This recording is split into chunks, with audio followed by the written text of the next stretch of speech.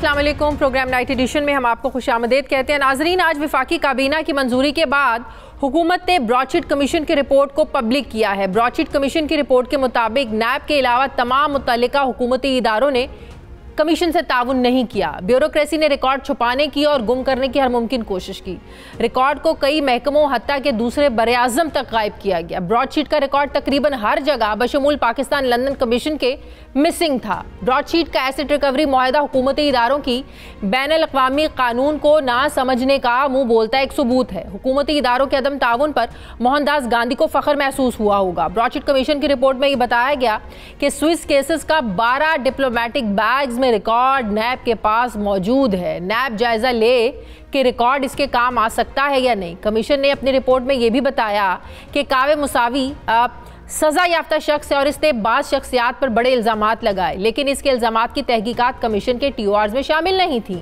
Commission के सरबराह ने तारिक फवाद और कावे मुसावी का बयान रिकॉर्ड करना भी मुनासिब नहीं समझा।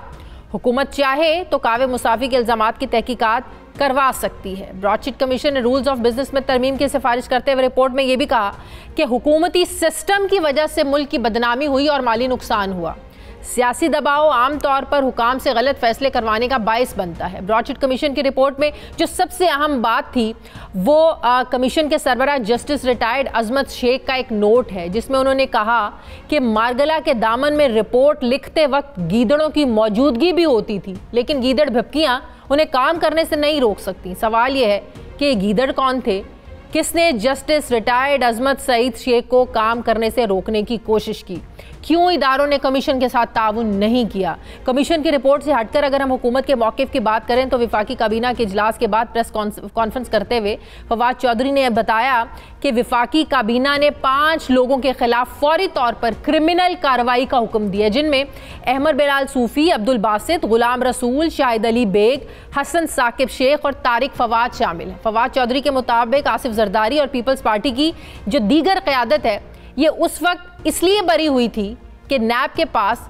स्विस अकाउंट्स का ओरिजिनल रिकॉर्ड नहीं था, जो एक झूठ बात थी, लेकिन जस्टिस अजमत सईद शेख ने ओरिजिनल रिकॉर्ड को दरियाफ्त किया, जिस पर हम उनके मशकूर हैं। फवाद चौधरी के मुताबिक अब स्विस अकाउंट्स के हवाले से ओरिजिनल रिकॉर्ड हुकूमत के पास मौजूद है और इस बुनियाद पर आसिफ अली जरदारी के खिलाफ स्विस अकाउंट्स दोबारा खोले जा सकते हैं। अब सवाल ये है कि क्या आसिफ अली जरदारी के खिलाफ एक नया महाज खुलने जा रहा है। मैं इस पर बात करूंगी। मुझे ज्वाइन कर रहे हैं सीनियर सहाफ़ी तज्ज़ियाकार हामिद मीर साहब। अस्सलाम वालेकुम, बहुत बहुत शुक्रिया मीर साहब आपका। मीर साहब, ब्रॉडशीट इंक्वायरी कमीशन की जो रिपोर्ट पब्लिक हुई है, इसमें से आपके नज़दीक निकला क्या है? बिलाखिर सारी जिम्मेदारी डाली गई है ब्यूरोक्रेसी पर। हैरान कुन बात जो मेरे नज़दीक ये थी, जिसमें जो कहा भी गया कि कावे मुसावी जो एक सज़ा याफ्ता शख्स है, जिसके इल्ज़ामात के बाद एक आपको भी पता है एक बड़ी एक डिबेट शुरू हुई। ऑपोजिशन ने कहा कि हुकूमत के गले पड़ने वाला है, हुकूमत ने कहा कि ऑपोजिशन के गले पड़ने वाला है, लेकिन इसमें जिम्मेदार तो सारी ब्यूरोक्रेसी ठहराई गई है। आपके नज़दीक अब निकला क्या है इस रिपोर्ट से?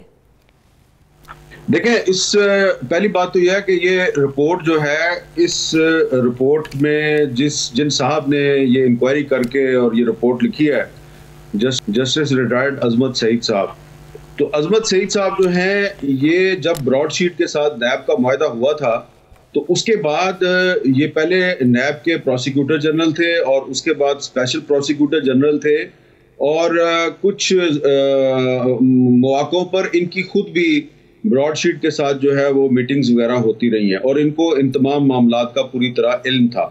तो मेरी जाती राय में तो इनको इस मामले की इंक्वायरी नहीं करनी चाहिए थी, लेकिन इसके बावजूद जो है वो हुकूमत ने इनसे इंक्वायरी करवाई है।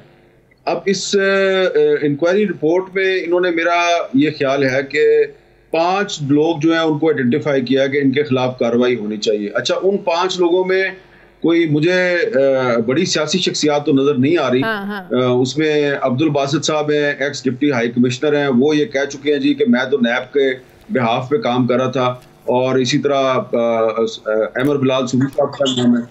तो इस तरह के नाम है, लेकिन वो जो एक हुकूमत का एक ख्याल था कि शायद इस ब्रॉडशीट इंक्वायरी के जरिए को बड़ी बड़ी जो मछलियां हैं वो पकड़ी जाएंगी, वो नहीं हुआ। और फिर इसमें अजमत सईद साहब जो है, उन्होंने वो सुप्रीम कोर्ट के जज रहे हैं, लेकिन उन्होंने कुछ इसमें इस तरह की इस्तिलाहात इस्तेमाल किए हैं, इस तरह के अल्फाज इस्तेमाल किए हैं कि मुबहम अंदाज में उन्होंने कहीं पर इशारे करने की कोशिश की है जिससे पता नहीं चल रहा कि इशारा किस तरफ है।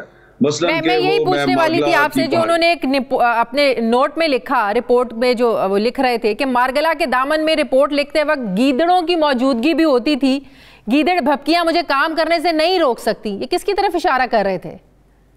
देखिए, जो लोग इस्लामाबाद में रहते हैं उनको पता है कि वो आबादियां या वो घर जो मारगला हिल्स के बहुत करीब हैं, तो उन घरों में सिर्फ गीदड़ों की आवाजें नहीं आती, वहां पे भेड़ियों की आवाजें भी आती हैं, और उन घरों में कभी कभी रात को सूअर भी घुस जाते हैं और कभी कभी चीते भी नीचे आ जाते हैं। तो बंदर भी बहुत है यहाँ पे। जो सबसे ज्यादा मारगला हिल्स के करीब की जो आबादियां हैं, यहाँ पे जो लोग सबसे ज्यादा तंग होते हैं वो बंदरों से होते हैं। अभी कल जो है मैं एक मारगला गोल्फ कोर्स में वॉक कर रहा था, तो मुझे कोई 30-35 बंदरों ने घेर लिया, तो मैं बड़ी मुश्किल से उन बंदरों के नरक से निकला। गीदड़ों के इशारे समझने की अभी हम कोशिश कर रहे हैं। अब ये आपने बंदरों की एक नई बात कर ली, ये इशारे किस तरफ है? बहरहाल मैंने बंदरों का भी जिक्र किया है, मैं सूरों का भी जिक्र कर रहा हूँ, मैं भेड़ियों का भी जिक्र कर रहा हूँ। तो उसमें जो जज साहब हैं उन्होंने सिर्फ जिक्र किया है गीदड़ों का, तो उनको चाहिए था भेड़िए का जिक्र भी करते, बंदर का जिक्र भी, बाकी लोगों का भी जिक्र करते, तो उन्होंने तो कोई जिक्र ही नहीं किया। तो बहरहाल ये है कि रिपोर्ट है। आप कह रहे हैं ये कॉन्फ्लिक्ट ऑफ इंटरेस्ट का मामला था सारा? बिल्कुल कॉन्फ्लिक्ट ऑफ इंटरेस्ट का मामला था। जैसा कि मैंने शुरू में कहा कि उनको इसकी इंक्वायरी ही नहीं करनी चाहिए थी, लेकिन उन्होंने इंक्वायरी की है और इस इंक्वायरी में से कोई बड़ी चीज नहीं निकली। वो उन्होंने कौवे मूसवी जो है उसको कह दिया ये एक फ्रॉडिया आदमी है, गलत आदमी है, नाकाबिले एतबार आदमी है। तो ये कोई नई चीज तो नहीं है, इसके लिए इंक्वायरी की तो जरूरत ही नहीं थी, सबको पता था। सही सर, आगे जरा बढ़ते हैं। मीर साहब, 3 बार वजीर खजाना बदला जा चुका है इस हुकूमत में, अब कोई मईशत की हालत भी बदलेगी या नहीं? अब हम क्या समझे, हमाद अजहर के पास ऐसी कौन सी जादू की छड़ी है जो वो घुमाएंगे, जो हफीज़ शेख साहब नहीं घुमा सके, और मईशत की जो हालत है वो अब बेहतर हो जाएगी? लेकिन सवाल यह है कि जो चैलेंज इस वक्त हुकूमत को है मईशत को लेकर, हुकूमत भली शादियाने बजाती रही कि मईशत जो है वो डगर पर चल पड़ी है, अगर हमाद अजहर भी नाकाम हो गए तो उसके बाद क्या ऑप्शन है इस हुकूमत के पास? देखिए, आप देखें ना कि हमाद अजहर साहब जो हैं उनकी क्रेडिबिलिटी पहले ही दिन जो है उसको डैमेज कर दिया गया है। कल उनका पहला दिन था बतौर वजीर खजाना। कल उन्होंने ECC के इजलास की सदारत की। उस इजलास में उन्होंने ये तय किया कि इंडिया से चीनी और यॉर्न और इसके अलावा वहाँ से जी, तो ये इम्पोर्ट होंगे। तो मेरे सामने भी इस वक्त एक समरी पड़ी हुई है, ये 26 मार्च की समरी है। और 26 मार्च को ऑनरेबल प्राइम मिनिस्टर साहब जो हैं in capacity of minister incharge of commerce, इन्होंने अप्रूव किया है, इन्होंने खुद अप्रूव किया प्राइम मिनिस्टर ने as minister incharge of commerce ministry कि इंडिया से हमने सफेद चीनी को इंपोर्ट करना है। और फिर वो चीज जो है वो ECC ने मंजूर किया है। तो ECC ने एक्चुअली पहले प्राइम मिनिस्टर ऑफ पाकिस्तान की जो as incharge minister of commerce ministry जो समरी थी वो मंजूर की, और फिर आज जब वो काबीना के इजलास में आई तो काबीना ने अपने ही प्राइम मिनिस्टर की पेश करदा और मंजूर करदा समरी जो है उसको रिजेक्ट कर दिया है। और शाह मुकर्रम आपको क्या लगता है मीर साहब, ये हुकूमत ने पहले खबर बाहर निकाल कर इक्तिसादी राब्ता कमेटी का जो फैसला था इसको मीडिया में जो है ना वो दिखाकर, ताकि मीडिया भी इस पर डिस्कस करे, डिबेट हो, लोगों के जज्बात पता चले, फीलिंग्स पता चले, कश्मीरी क्या सोच रहे हैं इस फैसले के बाद, आपको लगता है कि फिर एक जो सियासी प्रेशर एक बिल्ट हुआ, मीडिया में बड़ी तनकीद हो रही है कि भाई 5 अगस्त के इकदाम तो अपनी जगह पर खड़े हैं, आप तिजारत खोलने की बात करें, आपको लगता है कि वो एक सियासी दबाव जो एक प्रेशर आया है उस वजह से हुकूमत मजबूर हुई है इसको जो है ना वो रिजेक्ट करने में? नहीं, मेरा ख्याल है कि इसमें ये एक ट्वीट है अब्दुल रज़ाक दाऊद साहब की, जो कि कॉमर्स मिनिस्ट्री का करता धरता है। तो ये अब्दुल रज़ाक दाऊद साहब जो हैं, इन्होंने 29 मार्च को ये कहा कि a meeting was held with the prime minister Imran Khan, escalating prices of cotton yarn were discussed. He was sympathetic towards the value-added sectors and advised that in order to ease the pressures on yarn and keep momentum of value-added exports, यानी कि indirectly वो कह रहे हैं कि India के साथ आप तिजारत खोल दें। तो इसमें प्राइम मिनिस्टर और अब्दुल रज़ाक दाऊद साहब का ये फैसला था इंडिया के साथ तिजारत खोलने का, जिसको ICC ने मंजूर किया, और पहला दिन था हमाद अदर साहब का, और आज वफाकी काबीना ने उसको रिजेक्ट कर दिया। तो मैं समझता हूं कि ये पाकिस्तान की तारीख का पहला वाकया है कि वफाकी काबीना ने अपने ही प्राइम मिनिस्टर की समरी को मुस्तरद कर दिया, और उसमें वजीर खारजा शाह महमूद कुरैशी साहब भी थे, श्री मजारी साहबा भी थी, असद उमर साहब भी थे, फवाद चौधरी साहब भी थे। इन सब ने कहा जी कि इंडिया के साथ तिजारत नहीं होनी चाहिए जब तक कि 5 अगस्त 2019 का जो इंडिया का फैसला वो लेकिन मीर साहब हम इसको अगर इस एंगल से देखें, अगर इसकी पॉजिटिव साइड दूसरी हम ये देखें कि प्राइम मिनिस्टर साहब जो हैं वो काबीना के जो फैसले हैं उनको रिस्पेक्ट करते हैं, अगर उनकी अपनी कोई राय है भी, कोई फैसला करना भी चाहते हैं, वो इम्पोज नहीं करते हैं, वो काबीना की सुनते हैं, काबीना के फैसलों को मानते हैं, रिस्पेक्ट देते हैं। ये बात आपकी बिल्कुल दुरुस्त है, आपका ये नुक्ता बहुत अच्छा है, लेकिन इसमें आप ये भी तो देखें ना कि प्राइम मिनिस्टर जो है वो क्या करता है जब वजीर खारजा इसकी मुखालफत कर रहा है, जब वजीर दाखिला इसकी मुखालफत कर रहा है, जब minister for human rights Shri Mazari मुखालफत कर रही है, तो प्राइम मिनिस्टर क्या करता? तो मैं ये समझता हूँ कि उसमें आप ये भी देखें कि उनकी जो कल अपोजिशन है, वो कल मुस्लिम लीग नून के रहनुमा जो है वो भी, उन्होंने भी इस पे बहुत सख्त रद्दमल दिया। जमात इस्लामी के सिराजुल हक साहब ने और सेनेटर मुश्ताक अहमद साहब ने बहुत सख्त इस पे रिएक्शन दिया। कश्मीर से, मकबूजा कश्मीर से भी रिएक्शन नेगेटिव आ रहा था, आजाद कश्मीर से भी रिएक्शन नेगेटिव आ रहा था। तो इसमें प्राइम मिनिस्टर ऑफ पाकिस्तान में आप उनको बताना चाहिए, कौम को ये बताएं कि चलें ठीक है, आज वफाकी काबीना ने इंडिया के साथ तिजारत का फैसला मुअख्खर तो कर दिया है, आप पर ये फैसला मुअख्खर किसने किया? आप पर ये फैसला इम्पोज किसने किया? क्योंकि फरवरी के महीने में सीज फायर जो हुआ, सीज फायर तो आपने नहीं था ना किया, वो सीज फायर तो किसी और ने किया था। तो उसकी कंटिन्यूएशन में अगर हम देखें तो इसमें बात यह है कि जिस तरह आपने खुद बड़ा अच्छा पॉइंट उठाया कि जी वफाकी काबीना के इजलास में एक फैसला था, डिस्कशन के बाद उसको मुअख्खर कर दिया गया, लेकिन ये तो बताएं ना कि जो सीज फायर का फैसला था वो कहाँ पे लिया गया, वो कहीं पे उस पर डिस्कशन हुई थी? ये सारे मामला हैं। और ऑल पार्टी हुर्रियत कॉन्फ्रेंस के जो सबसे सीनियर और सबसे काबिल एहतराम लीडर हैं सैयद अली गिलानी साहब, उनके पिछले 1 महीने में 2 बयानात आ चुके हैं जिसमें वो कह रहे हैं कि आप हिंदुस्तान के साथ दोस्ती जरूर करें, मुज़ाकरात जरूर करें, but not at the cost of Kashmir. बिल्कुल सही बात है। तो प्राइम मिनिस्टर साहब को बताना चाहिए कि ये जो गैर मुल्की मीडिया में खबरें आ रही थी कि कुछ अरब दोस्त जो हैं, बात ये माजी में भी कोशिशें हुई हैं पाकिस्तान और भारत के दरमियान ताल्लुकात नॉर्मल हो जाएं, अमन की बात की है, पाकिस्तान ने हमेशा एक पॉजिटिव मैसेज दिया है। आपको पता है भारतीय वजीर आजम वाजपेयी लाहौर के दौरे पर आए, बहुत से फिर ऐसे वाकयात हो जाते हैं कि जो कोशिशें होती हैं पसे पर्दा चली जाती हैं, ज़ाया हो जाती हैं। कारगिल जैसे वाकयात, मुंबई हमले, पठानकोट का वाकया, फिर पुलवामा जैसे वाकयात जो थे माहौल को बड़ा कशीदा किया, ऐसे वाकयात ने। लेकिन अगर उस वक्त की अगर हम बात करें तो उस वक्त तो कश्मीर में 370 और 35 का खात्मा भी नहीं हुआ था। तिजारत की बात तो तब भी होती थी, लेकिन आज तो हमारे जहनों में पहला सवाल तो यही है, हमें तो वजीर आजम नहीं बताया, इस हुकूमत नहीं बताया है कि अब भारत के साथ तभी बात होगी जब 5 अगस्त 2019 के जो इकदाम है भारत रिवर्स करेगा, उनको वापस लेगा। तो क्या हम ये समझे कि भारत के साथ ताल्लुकात को नॉर्मल करने के लिए तिजारत ही वाहिद रास्ता है? देखें, ये जो सवाल आपने किया है, ये सवाल जो है ये मेरे से पिछले चंद दिनों में बहुत से कश्मीरी रहनुमा और बहुत से कश्मीरी जर्नलिस्ट ये मेरे से सवाल करते रहे हैं, और मैंने उनको सबको यही कहा, भाई मेरे से आप क्यों सवाल करें, ये सवाल आप पाकिस्तान की हुकूमत से करें।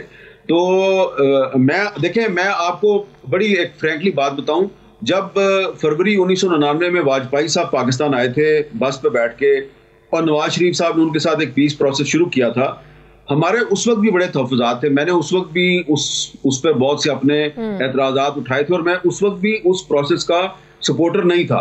फिर जब नवाज शरीफ साहब दोबारा प्राइम मिनिस्टर बने और उन्होंने उफा डिक्लेरेशन में से कश्मीर का लफ्ज़ निकाला, तो उस वक्त भी मैंने उन पर तनकीद की। और जब मोदी साहब 2015 में लाहौर में जाती उमरा में उनके घर पे आए थे, तो उस वक्त भी हमने मुखालफत की थी।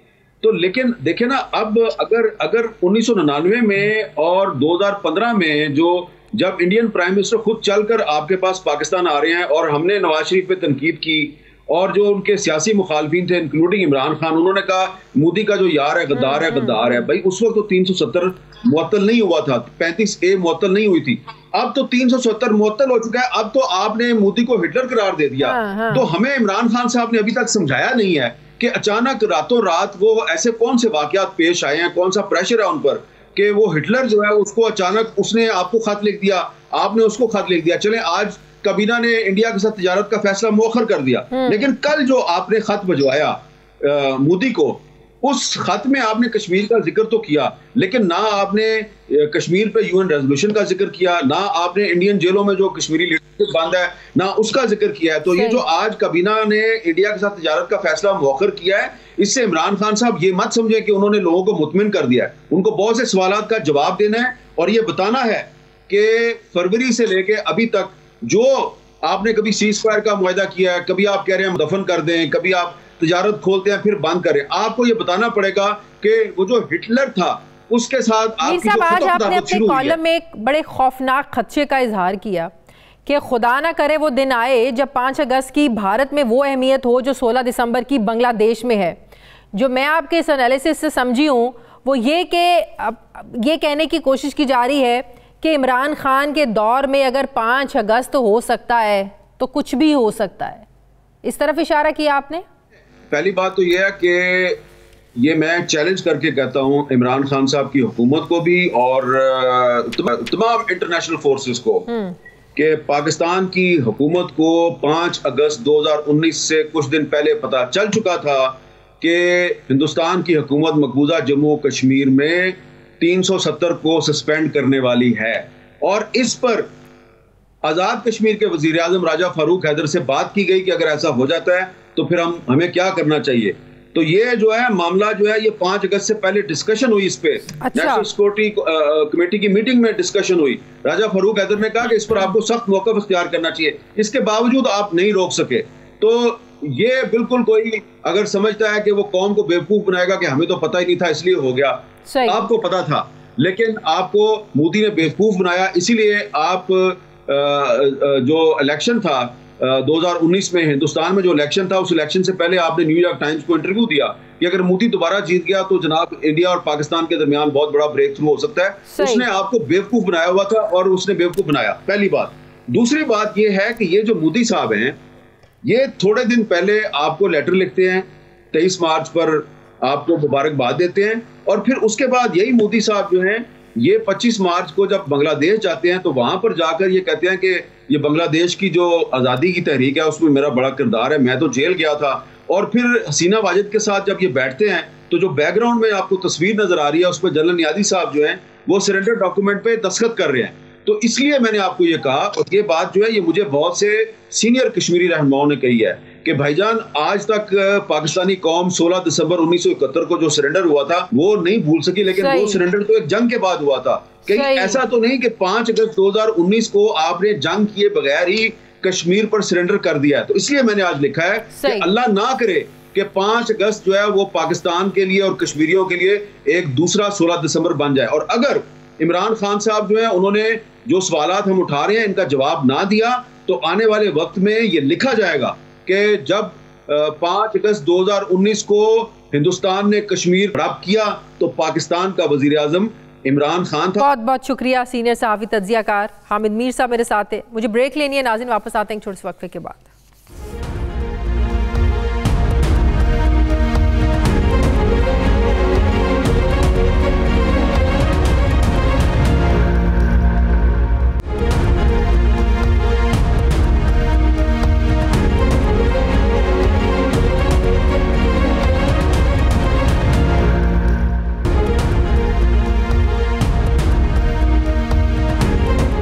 ब्रेक के बाद एक बार फिर से आपको खुशामदीद कहते हैं। वफाकी वज़ीर तालीम शफकत महमूद साहब ने मुझे ज्वाइन किया। अस्सलाम वालेकुम, बहुत बहुत शुक्रिया शफकत महमूद साहब आपका। शफकत महमूद साहब, ब्रॉडशीट इंक्वायरी कमीशन की जो रिपोर्ट सामने आई है, फवाद चौधरी साहब ने भी काबीना के इजलास के बाद जो ब्रीफिंग दी जिसमें उन्होंने बताया कि 5 लोगों के खिलाफ क्रिमिनल कार्रवाई का फैसला किया गया है, क्रिमिनल कार्रवाई होगी। तारिक फवाद जिन्होंने इस वक्त मुआहदा किया, अब्दुल बासित साहब जो अदायगी के वक्त जो थे वो बरतानिया में हाई कमिश्नर थे, अहमद बिलाल जो वकील थे, हसन साकिब जो उस वक्त FBR में थे, शाहिद बेग साहब जो ऑडिट अकाउंटेंट थे UK में, और गुलाम रसूल साहब जो लॉ मिनिस्ट्री में थे। अब सवाल ये है सर नाम है सारे ब्यूरोक्रेसी के, मलबा सारा गिरा है ब्यूरोक्रेसी पर। किसी एक सियासतदान का, किसी एक पॉलिटिकल लीडर का इसमें नाम नहीं है। लेकिन हम तो सुन सुन के थक गए जब से ब्रॉडशीट सामने आया कि पाकिस्तान पीपल्स पार्टी और नून लीग को जो है ना वो इसमें मुलविस है। उनके दौर में ये सारा कुछ हुआ। ऑपोजिशन कहती रही हुकूमत के गले पड़ा, हुकूमत कहती रही ऑपोजिशन के गले पड़ा, लेकिन एंड में से निकला गया कोई सियासी शख्सियत इसमें सामने नहीं आई, कोई मुलविस नहीं है, ब्यूरोक्रेसी है सारी इसमें शामिल। देखें, इंक्वायरी FIA ने इंक्वायरी की और उन्होंने उन लोगों को पहले आइडेंटिफाई किया जिन लोगों ने एक्चुअली इस मामले को हैंडल किया।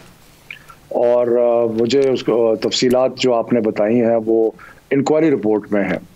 अब उनके पॉलिटिकल मास्टर्स के ऊपर कितनी जिम्मेदारी आती है वो एक इससे अजाफी चीज़ है, और वो जो अजाफी चीज़ है उस पर भी हुई होगी।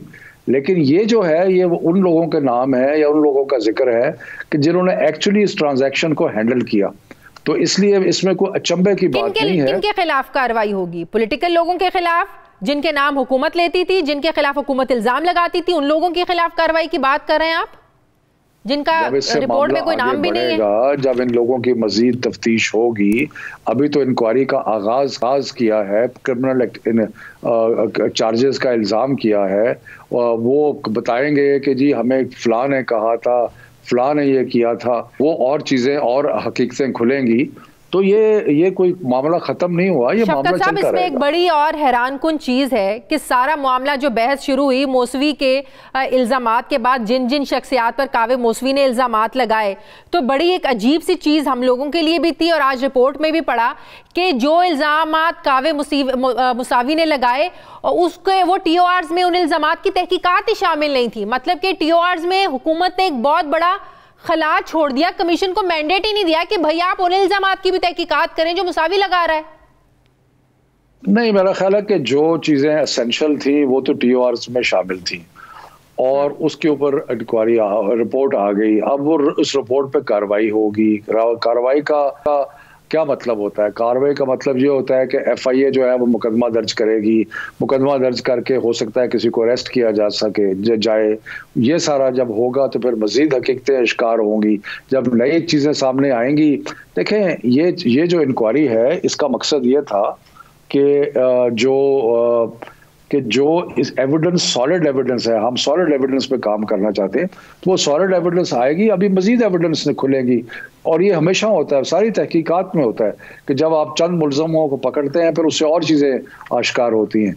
तो इसलिए ये खत्म नहीं हुआ मामला। महमूद साहब, कमीशन रिपोर्ट में ये भी कहा गया है सर कि नैब के अलावा किसी हुकूमती इदारे ने कमीशन से ताउन नहीं किया। सर, एक बड़ी एलिगेशन है ये। नाकामी आप इसको कहें, हुकूमत की कमज़ोरी कहें, या ये कहें कि इदारे जो हैं वो हुकूमत की सुनने के लिए तैयार नहीं है। ज़ाहिर सारे इदारे आपके मातहत ही हैं, और ये कैसे हो सकता है कि कमीशन अगर किसी इदारे को बुलाकर इन्वेस्टिगेट करना चाहे, इन्फॉर्मेशन लेना चाहे, और वो इदारे बात ही ना सुने? सर नहीं, देखें, मुझे इस चीज़ का इल्म नहीं था, लेकिन अगर किसी सरकारी इदारे ने इस कमीशन के साथ कोऑपरेट नहीं किया, और ये कमीशन जो है ये एक कमीशन का जो लॉ है उसके तहत बनी थी, और अगर उसमें नहीं किया तो फिर उसके ऊपर यकीनन तहकीकात भी होनी चाहिए और एक्शन भी होना चाहिए, क्योंकि ये नहीं हो सकता कि कोई कमीशन के साथ कोऑपरेट ना करे। सर, काबीना में आज इस पर कोई डिस्कशन नहीं हुई। रिपोर्ट तो जाहिर है सबने देखी होगी, उसके बाद ही फैसला किया ना कि किस किस के खिलाफ जो है ना वो कार्रवाई करने जा रहे हैं आप लोग। तो ऐसे कैसे हो सकता है कि ये चीज़ सामने ना आई हो कि रिपोर्ट में ये भी लिखा गया है कि इस इदारे ने ताउन नहीं किया और उसको काबीना ने बिल्कुल ही इसको इग्नोर कर दिया? सर, ये कैसे हो सकता है? देखिए, इस आज की काबीना में ब्रीफिंग दी हमें शहजाद अकबर ने, और उस ब्रीफिंग में बाकी चीज़ें जो मेन थी उनका ये अदारों के अदम तावन की बात नहीं आई। लेकिन मैं आपको यकीन दिलाता हूँ कि अगर किसी अदारे ने कमीशन के साथ तावन नहीं किया और कमीशन ने उसको आइडेंटिफाई किया है तो उसके खिलाफ यकीनन कार्रवाई होगी। सही। फवाद चौधरी साहब ने यह भी बताया आज के आसिफ जरदारी की बरियत उस वक्त इस बुनियाद पर हुई थी कि नैब के पास असली डॉक्यूमेंटेशन नहीं थी, दस्तावेजात नहीं थी। तो बड़ा ज़बरदस्त काम किया अजमत शेख साहब ने कि जो सारे डॉक्यूमेंटेशन है अब वो सामने आ गई है, दस्तावेजात मिल गई हैं। तो फिर काबीना ने अभी ये कहा कि ये कार्रवाई हो सकती है, फिर ये फैसला क्यों नहीं किया कि अब कार्रवाई होगी, आसिफ अली जरदारी के खिलाफ भी कार्रवाई होगी? ये भी अभाम छोड़ दिया कि कार्रवाई हो सकती है। पहले तो बात यह है कि आसिफ जरदारी के केस में बहुत सारे डॉक्यूमेंट्स, आपको पता है कि वाजिद शमसुल हसन स्विट्जरलैंड से लेके पता नहीं कहाँ ले गए थे। तो बहरहाल जहाँ तक आपने जो जिन अल्फाज का जिक्र किया कि हो सकती है, देखिए कैबिनेट और गवर्नमेंट का जो निज़ाम होता है उसमें कुछ चीज़ें ब्लैक एंड वाइट होती हैं, कुछ चीज़ें जो है वो वक्त के साथ ज़्यादा खुलती हैं। तो इसलिए काबीना ने ये कहा है कि किया जाएगा, तो इसका मतलब है कि ज़रूर इसके पीछे हिकमत है। मतलब कि अभी इस पर डिस्कशन होनी है, फिर मामलात आगे बढ़ेंगे, फिर कोई फैसला होगा, होना ज़रूर है नेचुरली। अच्छा शफकत महमूद साहब, एक और इम्पॉर्टेंट चीज़ कि आज काबीना ने जो इक्तिसादी राब्ता कमेटी का फैसला था कि भारत से चीनी इंपोर्ट करनी है, कपास इंपोर्ट करनी है, इसको मुस्तरद किया है, मौखर किया है। तो क्या वजह है इसकी कि पहले अवाम के सामने ये बात लाई गई, ये चेक करने की कोशिश की गई कि अवाम के जज्बात क्या हैं, रिएक्शन इस पर क्या आता है? फिर जब पता चला कि इस पर तो बड़ी तनकीद हो रही है, क्योंकि अब हर कोई सवाल पूछ रहा है कि 5 अगस्त के इक़दाम तो मोदी ने वापस नहीं लिए, तो आप किस बुनियादों पर, किन बुनियादों पर जो है वो तिजारत शुरू करने जा रहे हैं भारत के साथ? क्या ये सियासी दबाव, एक प्रेशर, ये तनकीद वजह बनी इस फैसले को मुस्तरद करने की? पहले तो बात है कि मुस्तरद नहीं किया, मौखर किया है, मजीद सोचो विचार इस पे होगी। और दूसरी बात यह है कि कैबिनेट कमेटीज जो होती हैं, मैं भी एक कैबिनेट कमेटी को हेड करता हूं, तो कैबिनेट कमेटीज जो होती हैं वो अपनी सिफारिशात जो है वो कैबिनेट को पेश करती हैं। और इसमें शायद जो एक चीज़ का एहतियात करनी चाहिए थी वो ये थी कि ये मामला इतना सीरियस नौयत का था कि इसके ऊपर जो क्या कहना चाहिए, मीडिया के लिए ना होता, ये पहले कैबिनेट में डिस्कस होता, क्योंकि ये सारा फैसला जो है वो कैबिनेट करती है फाइनली। तो ये और सारी कैबिनेट कमेटीज का यही हाल है। तो इसलिए कैबिनेट ने देखा उसके, और इसके एक तरफ इसके इकोनॉमिक फैक्टर्स हैं, ट्रेड फैक्टर्स हैं, और दूसरी तरफ इसके स्ट्रेटेजिक फैक्टर्स हैं, पाकिस्तान की फॉरेन पॉलिसी से ताल्लुक है। तो इसलिए कैबिनेट ने इसको कहा कि इसमें मजीद लेकिन शफकत साहब ये सब कुछ हुआ कैसे? कल तक तो इमरान खान साहब मोदी को हिटलर कहते थे, इतनी मोदी पर तनकीद करते थे, फिर 5 अगस्त के इक़दाम हो गए, इतना कुछ हो गया, हमें तिजारत की पड़ गई। क्या ये नहीं सोचा गया कश्मीर कॉस्ट का इस पर क्या असर पड़ेगा, कश्मीरियों के उन पर क्या गुजरेगी, कश्मीरियों के दिल टूटेंगे, हर जगह पर तनकीद हो रही है, इस बारे में सोच लेना चाहिए था कि 5 अगस्त के इक़दाम तो अपनी जगह हैं, वो रिवर्स नहीं हुए, वो मोदी ने वापस नहीं लिए, लेकिन हम तिजारत शुरू करने चले। ये तो एक दबाव की वजह से हुआ ना सब कुछ। देखिए कैबिनेट ने जो डिसीजन लिया वो इसी वजह से लिया कि 5 अगस्त का मामला जो है और कश्मीरियों के साथ हमारी यकजहती जो है वो मुकम्मल है, और हम 5 अगस्त के जो फैसले हैं उन जब तक वो रिवर्स नहीं होते तब तक नॉर्मलाइजेशन नहीं हो सकती। प्राइम मिनिस्टर ने एक दफ़ा नहीं बहुत दफ़ा ये कहा है कि हम हिंदुस्तान से दोस्ताना ताल्लुकात चाहते हैं, लेकिन कश्मीर का जब तक हल नहीं होता देर पा अमल नहीं हो सकता। तो ये सारे फैक्टर्स ही हैं, इसी वजह से फैसला जो है। सर आखिरी सवाल का जवाब दे दें, आप वफाकी वज़ीर तालीम हैं, आपको पता है कि कोरोना बच्चों में भी बहुत ज़्यादा फैल रहा है, बहुत ज़्यादा केसेस सामने आ रहे हैं, बच्चे मुतासिर होना शुरू हो गए हैं। तो जो स्कूल बंद करने का जो सिलसिला है, क्या ये आगे एक्सटेंड भी मज़ीद हो सकता है? जी देखें, बिल्कुल एक्सटेंड हो सकता है, लेकिन अब 7 तारीख को हम एक मीटिंग कर रहे हैं जिसमें हम इस हालात का मज़ीद जायज़ा लेंगे और साथ साथ हम देखते रहेंगे। देखें, किसी भी तालीम के महकमे को या तालीम के वज़ीर के लिए ये कोई अच्छी खबर नहीं होती कि आप स्कूल बंद कर दें, क्योंकि बच्चों की तालीम का बहुत ज़्यादा नुकसान हुआ है। लेकिन बच्चों की सेहत जबलीन है, तो उसकी बाकायदा हम हर वक्त उसको नज़र में रखे हुए हैं, और जो भी फैसले होंगे वो उसके मुताबिक होंगे। सही, बहुत बहुत शुक्रिया वफाकी वज़ीर तालीम शफकत महमूद साहब मेरे साथ हैं। नाज़रीन, मुझे प्रोग्राम में एक ब्रेक लेनी है, वापस आते हैं छोटे से वक्फे के बाद।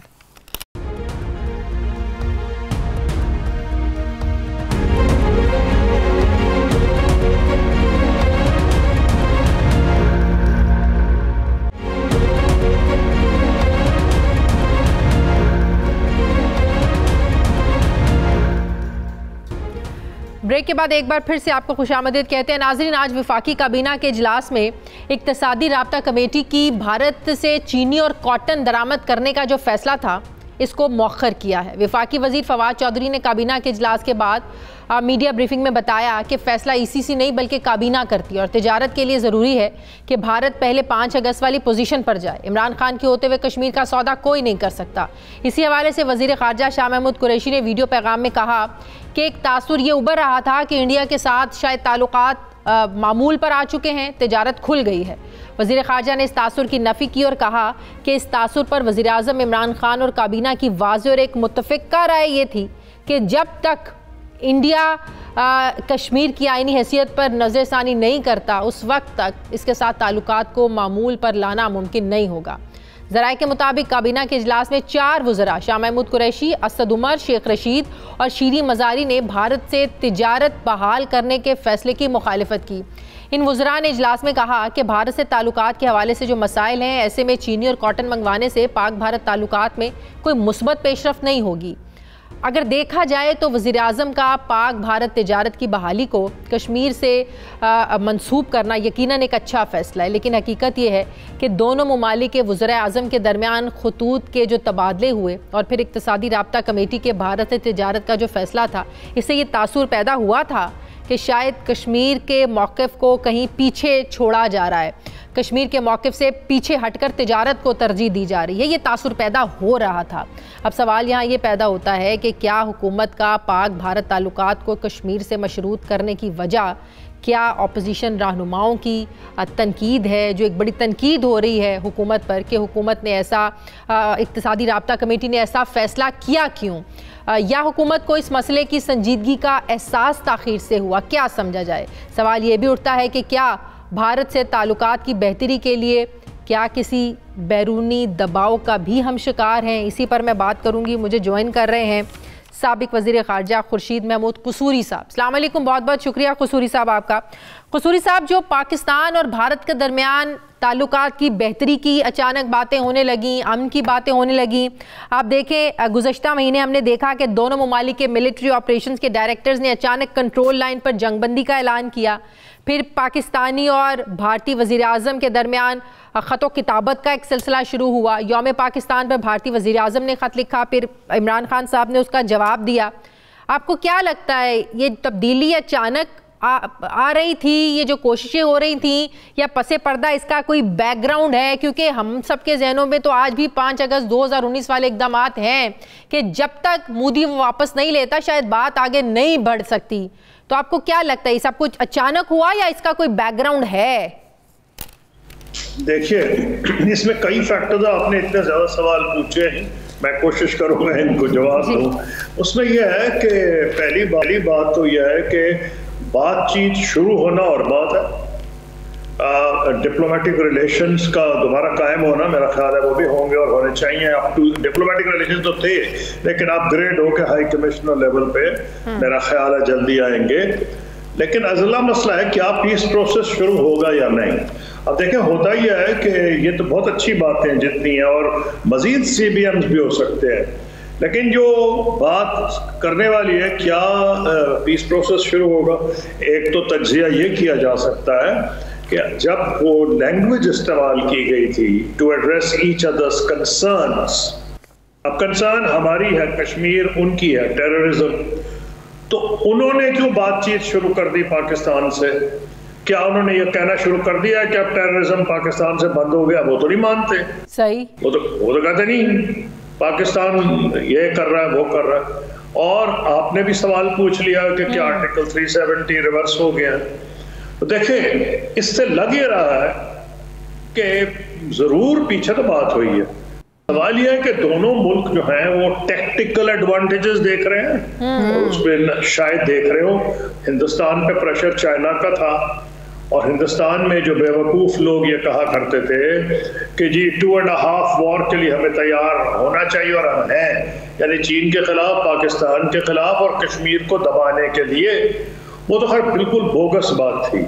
मैं ख्याल अब उन पर यह भी आया हो गया है, ख़ास तौर पर बालाकोट के बाद जो पाकिस्तान एयरफोर्स ने फौरी तौर पर जवाबी हमला किया और उनके 2 जहाज गिराए और पायलट गिराया, और उसमें मैंने हिंदुस्तान के मीडिया को फॉलो किया। उन्होंने कहा कि बियॉन्ड विजुअल रेंज में पाकिस्तान को सुपेरियरिटी है।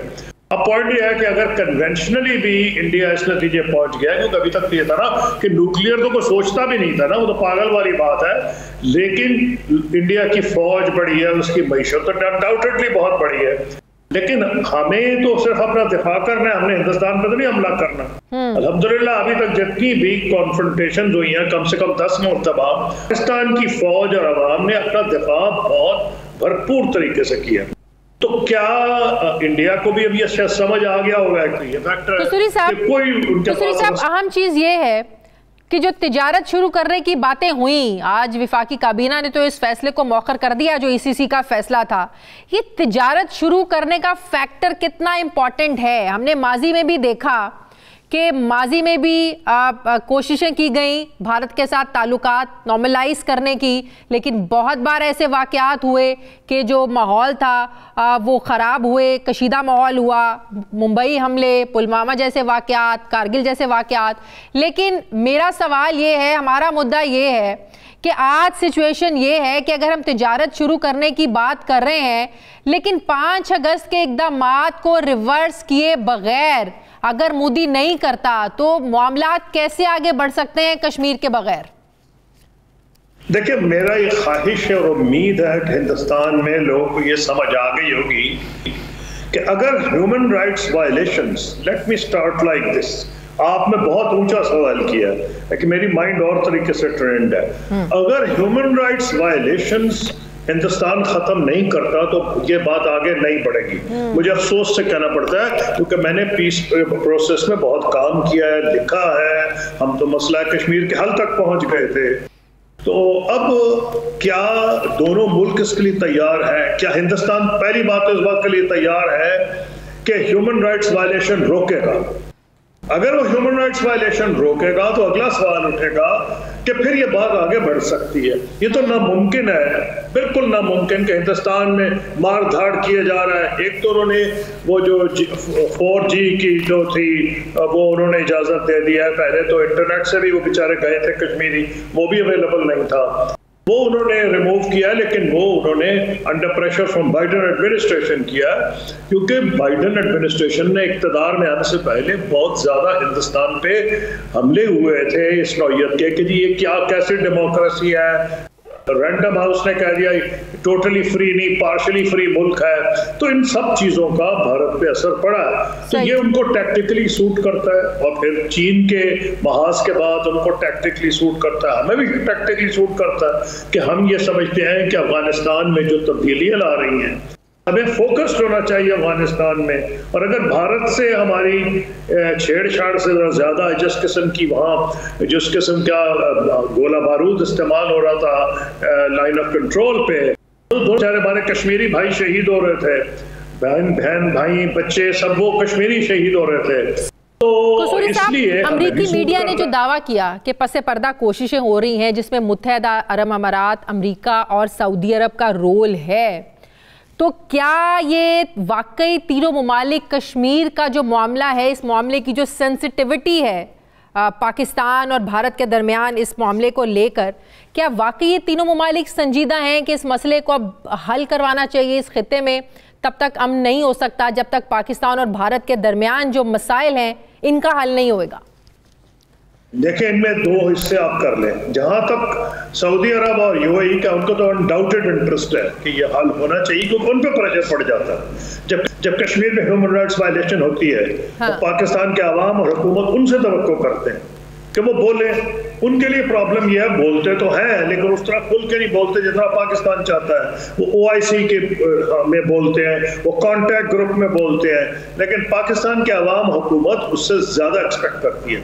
नतीजा ये उन पर प्रेशर पड़ता है। जाके आपने देखा लास्ट टाइम, और प्रेसिडेंट ने, प्राइम मिनिस्टर ने कहा मैं जाऊंगा कुआलालंपुर, फिर उनका वो नहीं गए, तो फिर उसके बाद उनके एम्बेसडर या उनके फॉरेन मिनिस्टर आए सऊदी अरेबिया के, प्रेशर उन पे तो पड़ ही जाता है, उनके तो मफाद में है क्योंकि इंडिया से उनकी बहुत ज्यादा ट्रेड है। सर आखिरी सवाल, क्या इस चीज को लेकर भी हम ब्लैकमेल हो सकते हैं कि अगर ये ममालिक हमसे कुछ मनवाना चाहें, जिस तरह आप बात करें, हम सब जानते हैं सऊदी अरब और यूएई में एक बहुत बड़ी तादाद, एक बहुत बड़ी लेबर काम करती है, तो क्या इस चीज को भी एज ए टूल इस्तेमाल किया जा सकता है? नहीं, आप इसका नुक्ता नजर या आपका जो लाइन ऑफ आर्गुमेंट है वो ये समझ आप कहीं को ब्लैकमेल करना चाहते। मैं कह रहा हूँ वो जेन्युइनली चाह रहे हैं, क्या वो कामयाब होंगे दूसरी बात है, क्योंकि इसके लिए जो वो चाहेंगे, क्या इंडिया वो करेगा, क्या पाकिस्तान वो करेगा। अमेरिका का बड़ा वाज़ेह है, क्या जहाँ तक अमेरिका का मामला है, अमेरिका को ये नजर आ रहा है कि जो अफगानिस्तान में है उसको वो ये चाहेगा कि बिल्कुल क्लियर उनके सामने होनी चाहिए, अफगानिस्तान और पाकिस्तान की अटेंशन डाइवर्ट ना हो। ठीक है, बहुत बढ़िया। साबिक वज़ीर ख़ारजा खुर्शीद महमूद कुसूरी साहब मेरे साथ हैं। नाज़रीन, हमारे प्रोग्राम का वक्त खत्म हो गया, फीडबैक ज़रूर दीजिएगा, अपना ख्याल रखिएगा, मुझे इजाज़त दीजिए, अल्लाह हाफ़िज़।